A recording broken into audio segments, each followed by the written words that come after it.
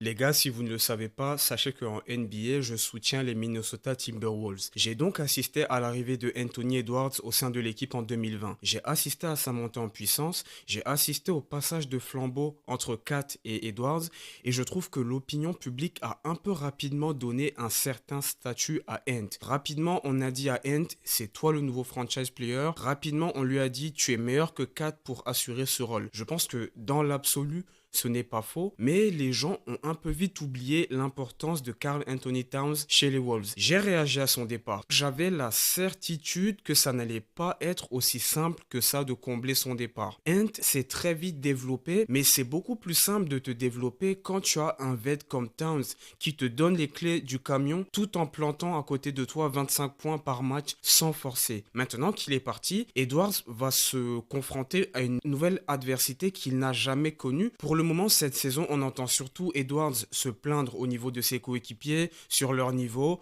Mais, et oui, tu n'auras pas toujours 4 à côté de toi pour te mettre en avant.